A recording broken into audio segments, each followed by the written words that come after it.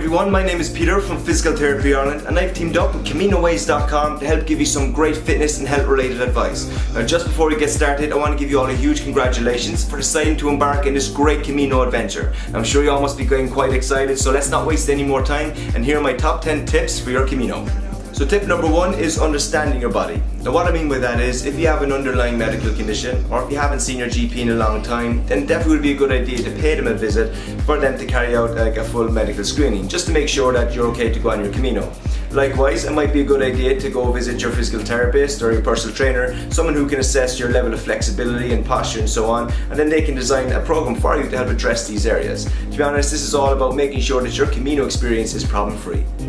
Tip number 2 is long distance walking. Now I think on your Camino you're going to be walking an average 25 kilometers a day, I think, which is a lot but very manageable, so it's important that you do the adequate amount of preparation. Now the best way to do that is to in fact do your long distance walking on your local trails at home. Now if you're 2 to 3 months away from doing your Camino, you should be able to comfortably walk 60 to 80 minutes 4 days a week.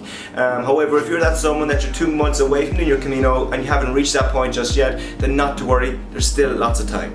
Feel free to check out the 6-month fitness program available on CaminoWays.com, or feel free to contact me directly. Tip 3 is all about building up your walks, because it's so important to have that gradual progression. So let's just say after doing 2 to 3 weeks I've been able to do 4 walks by maybe 60 to 80 minutes. Then a nice progression to that then is to add an extra 20 to 30 minutes onto 2 of those walks out of the 4. Another nice progression then is wearing a rucksack with some weight inside it, and instead of walking on level pathways, you can then challenge yourself further by walking more hilly terrain. So as you can see, there are a lot of different ways that you can increase the difficulty of your walks. Tip 4 is equipment. So whatever equipment and clothing that you may have in preparation for your Camino, I would definitely recommend that you use them on your long distance preparation walks at home. Now the reason being, if you have hiking poles, your gloves, even a hat, a rucksack, it's important that your body gets used to actually using or wearing those before you actually go on your Camino trip. Tip 5 is stretching. Now this is one of the most important aspects of your overall fitness preparation, as well as for during your Camino.